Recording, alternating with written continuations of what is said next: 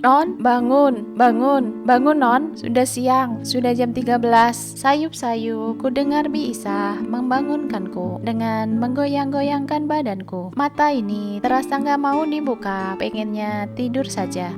Bi, kok dibangunin jam segini? Tadi mintanya jam 11 kan? Aku protes ke Bi Isa dengan mata sedikit terbuka dan mencoba duduk bersandar. Bi Isa membantuku bersandar ke kepala ranjang. Maaf non, Bibi ketiduran. Ini baru bangun 15 menit yang lalu. Oh, ya sudah. Mataku sudah terbuka lebar dan melihat Bi Isa yang sabar menungguku. Aku sudah bangun, Bi. Mau mandi dulu. Bibi bisa siapin nasinya? Bisa, non. Kalau begitu, saya permisi ke bawah dulu ya, non. Aku mengangguk. Setelah sisa-sisa kantuk hilang, aku pun menuju ke kamar mandi dan membersihkan tubuh ini. Setelah mandi, aku makan bersama Bi Isa. Tidak lupa, aku menunaikan sholat zuhur sebelumnya. Setelah makan, aku menuju ke taman. Aku berdiri di depan pintu dan tersenyum melihat taman yang penuh bunga, terutama bunga melati dan mawar. Sepeninggal Arsad, akulah yang merawat bunga-bunga tersebut sendirian. Tapi jika aku tidak bisa, maka aku menyewa orang untuk merawatnya. Ku melihat ke arah kanan, aku kembali tersenyum dan melangkah mendekati meja serta kursi di pojok ruangan. Kursi yang biasanya Arsad tempati ketika sedang membaca. Sampailah aku di dekat kursi. Aku hanya berdiri memperhatikan kursi dan meja tersebut. Dengan ujung tanganku, kuusap pelan sandaran kursi yang terbuat dari ukiran jati. Dia menjadi saksi bisu ketika Arsad menempatinya. Aku bernafas pelan. Aku berbalik dan mencoba duduk. Selama ini aku tidak pernah duduk di kursi ini. Lama aku berada di sini, aku ingin merasakan keberadaan Arsad. Memang nyaman duduk di sini sambil melihat pemandangan bunga. Aku jadi sedih. Setelah puas, aku berjalan ke lantai 2. Ketika hendak ke kamarku, langkah kakiku terhenti dan kupalingkan wajah ini ke kamar di sebelahnya. Aku melangkah ke sana, ke kamar yang selama ini ditempati Arsad. Ku buka pintunya, sepi. Aku melangkah masuk dan berdiri melihat sekeliling. Aku tersenyum miris. Baru kali ini aku benar-benar memperhatikan isi kamar ini dengan seksama. Ku melangkah menuju lemari dan membukanya. Baju Arsad masih ada tersusun rapi, tapi hanya sedikit. Ku buka pintu satunya, hanya tersisa satu baju yang menggantung di sana. Baju yang kupersiapkan untuk dikenakan saat ke pesta perusahaan Tuan Dirgantara. Aku membuang nafas dengan kasar. Ku tutup kembali lemari pakaian tersebut. Aku menuju kasur dan duduk di sana. Ku ambil bantalnya dan ku elus-elus. Aku membayangkan Arsad tidur memakai bantal tersebut. Tak terasa mataku berembun, air matanya hampir jatuh. Langsung ku elap dengan tanganku. Aku terdiam tiduran di ranjang dengan melihat langit-langit kamar hingga aku benar-benar tertidur. Aku terbangun. Kenapa aku nyaman banget tidur di sini? Apakah karena masih mengantuk atau karena kamar ini kamarnya Arsad? Aku tak tahu. Pusing jika dipikirkan. Aku melangkah ke kamarku kembali, cuci muka dan berganti baju gamis dengan memakai kerudung panjang menjulur ke bawah. Tak lupa pula aku membawa tas kecil dengan gawai di dalamnya. Ketika sudah di bawah tangga, aku melihat Bi Isa yang sedang menonton TV di ruang tengah. Bi, Ara mau keluar sebentar. Bi Isa mengangguk tanpa melihatku. Aku langsung menuju ke mobil dan melajukannya menjauhi rumah. Aku menuju taman kota. Setelah bangun tadi, pikiranku hanya ke taman kota. Aku ingin menikmati pemandangan bunga yang bisa membuat hatiku lebih nyaman. Setelah memarkirkan mobil, aku menelusuri jalan memasuki taman bunga tersebut. Di sana sudah banyak orang menikmati indahnya pemandangan.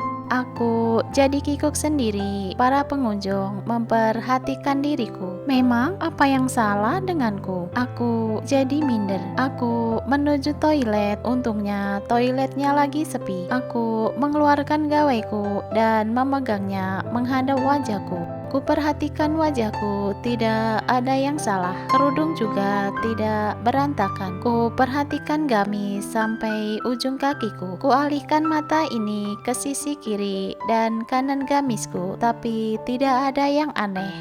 Perasaanku saja. Sudahlah, memang aku cuma sekali kesini ketika bareng Mas Ari. Mungkin orang merasa aneh karena baru melihatku.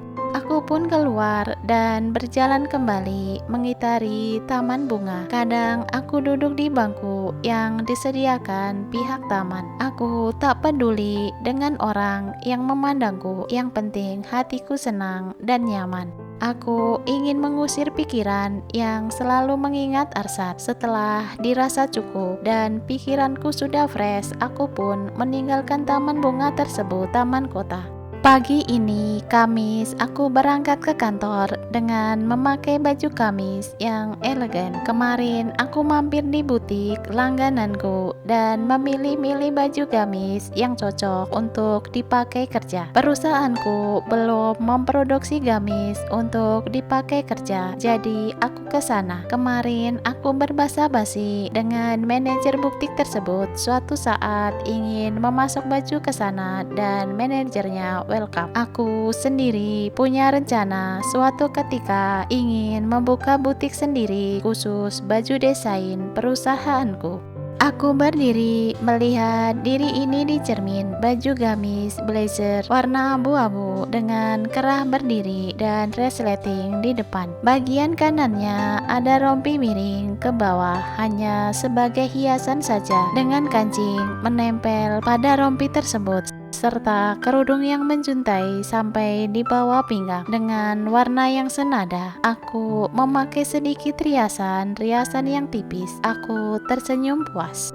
Aku berjalan menuruni tangga dan sarapan bersama Bi Isa. Nonara terlihat sangat anggun. Komentar Bi Isa membuatku tersipu malu. Setelah itu barulah aku berangkat ke kantor. Di tempat parkir bertemu dengan Pak Hadi. Assalamualaikum. Pagi Bu Ara. Bu Ara, pagi ini beda banget. Pak Hadi mengangguk hormat. Waalaikumsalam. Aku hanya tersenyum. Saya ke atas dulu ya Pak. Silakan Bu. Sepanjang jalan ketika berpapasan dengan karyawan, mereka memperhatikan diriku. Tadinya mereka lewat seperti biasa mengangguk kepadaku. Namun setelah tahu itu aku dengan penampilan yang baru, mereka memandangku aneh, tepatnya mungkin terpukau.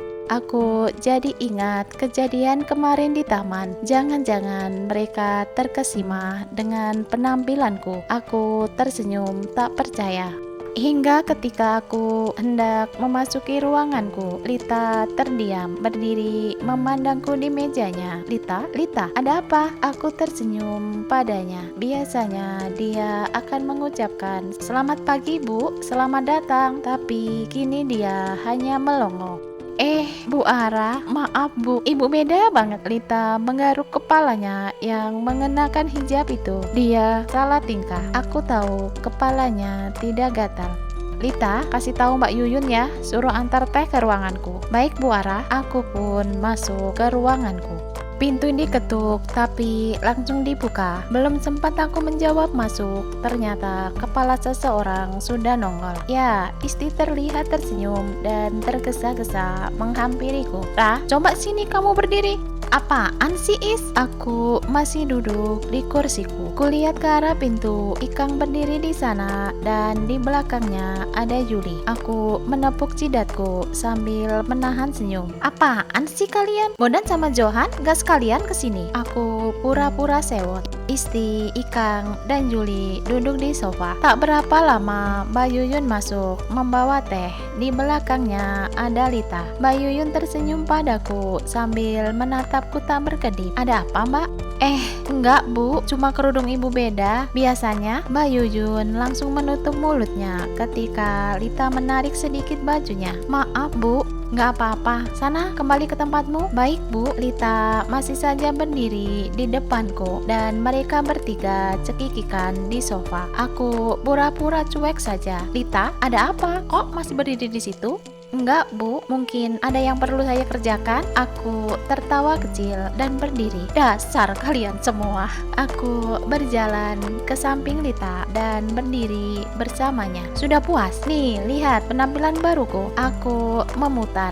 Ibu cantik banget. Lita mengacukan dua jempolnya kepadaku. Ra, kamu pakai baju itu elegan tahu. Isti tersenyum memandangku. Iya, Anggun Ra. Ikang ikutan memujiku. Mereka sampai lupa memanggilku Bu, padahal ada Yuli dan Lita di ruanganku.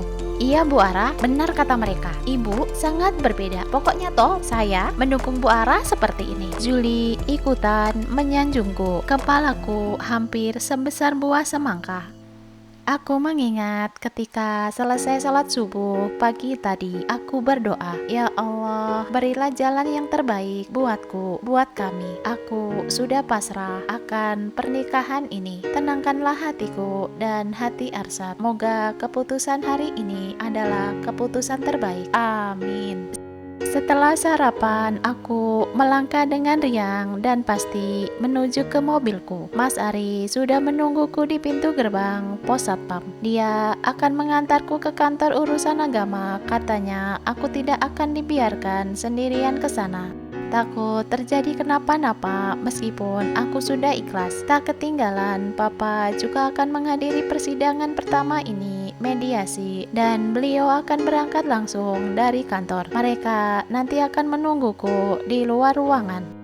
Wow, Ra, kamu? Mas Hari takjub dan memberikan jempolnya kepadaku karena melihat penampilanku. Kemarin ketika di kantor kami tidak bertemu, jadi dia tidak tahu bahwa aku sudah merubah penampilan dengan memakai hijab yang panjang menjulur ke bawah.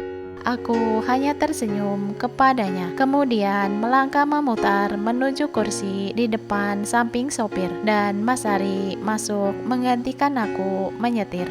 Papa pasti senang melihat penampilanmu yang anggun, Rah. Papa sudah tahu kok, Mas. Oh ya, Mas Ari tampak kaget.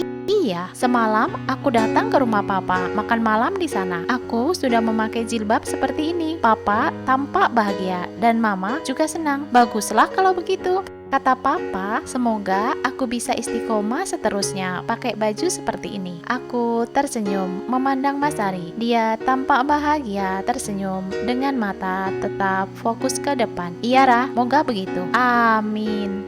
Sesampainya di sana, kulihat Arsad sudah duduk di ruang tunggu dengan ibu duduk di sampingnya. Dia tersenyum kepadaku. Aku terpaksa membalasnya. Senyumannya masih saja menawan. Mas Ari langsung salim ke ibu dan aku mengikutinya. Wajah ibu terlihat asem memandangku. Mas Ari tos dengan Arsad lalu duduk di samping kirinya. Mereka sudah mengobrol santai. Terlihat mereka akrab seperti adik kakak yang lama tak bertemu. Aku langsung duduk di samping Mas Ari. Aku tak berani salim ke Arsad, takut ibunya marah. Kurasakan Arsad tidak kaget dengan penampilan baruku seperti Mas Ari tadi. Dia biasa saja. Sesekali kulirik dia. Wajah yang cool itu terlihat fresh dan ceria. Matanya berbinar mengeluarkan pancaran kebahagiaan di sana. Tidak terlihat sendu seperti terakhir kali ketika bertemu di rumah Tania. Mungkinkah dia ceria karena kita akan berpisah dan terbebas dariku? Akhirnya bisa menikah dengan Maisaro pilihannya. Sudahlah, buat apa aku seperti ini? Sepantasnya dia bahagia dan aku pun harus bahagia. Ya Allah, berilah kami berdua kebahagiaan. Amin. Ra, itu Papa datang. Mas Ari menyenggolku karena dia tahu aku lagi melamun. Kulihat Papa mendekat dan ketika sampai di hadapan kami, Arsad langsung salim ke Papa dan Papa langsung merangkulnya. Semoga kamu bahagia. Makasih, Pak. Papa menepuk-nepuk kecil pundak bagian belakang Arsad. Kemudian Papa bersalaman dengan Ibu. Papa dan Ibu mengobrol sambil duduk bersebelahan. Ketika mata ini bertemu pandang dengan Arsad, dia tersenyum. Senyumnya merekah. Aku jadi salah tingkah karena sejak dia dirangkul Papa, aku memperhatikannya sampai sekarang. Ups, aku ketahuan. Aku langsung menundukkan kepala ini, malu karena mencuri pandang pada dirinya. Ku coba melirik lagi kepadanya yang masih setia berdiri di depan Mas Ari. Namun kembali lagi mata kami bertemu. Aku kaget dan pura-pura mengarahkan pandangan ke kiri, arah pintu masuk. Arsa terlihat tersenyum memandangku. Beberapa saat kemudian, Ara mau minum? Dia menyodorkan sebotol minuman yang dia beli dari luar dengan tersenyum manis padaku. Aku terdiam menata hati ini. Kenapa pula hatiku seperti ini? Kita sebentar lagi akan berpisah, tapi sikapnya sungguh manis dan membuatku berdebar. Ra, minumlah. Dia sudah membuka botol mineral tersebut dan kembali memberikannya kepadaku. Aku terpaksa menerimanya. Dia duduk di samping kiriku.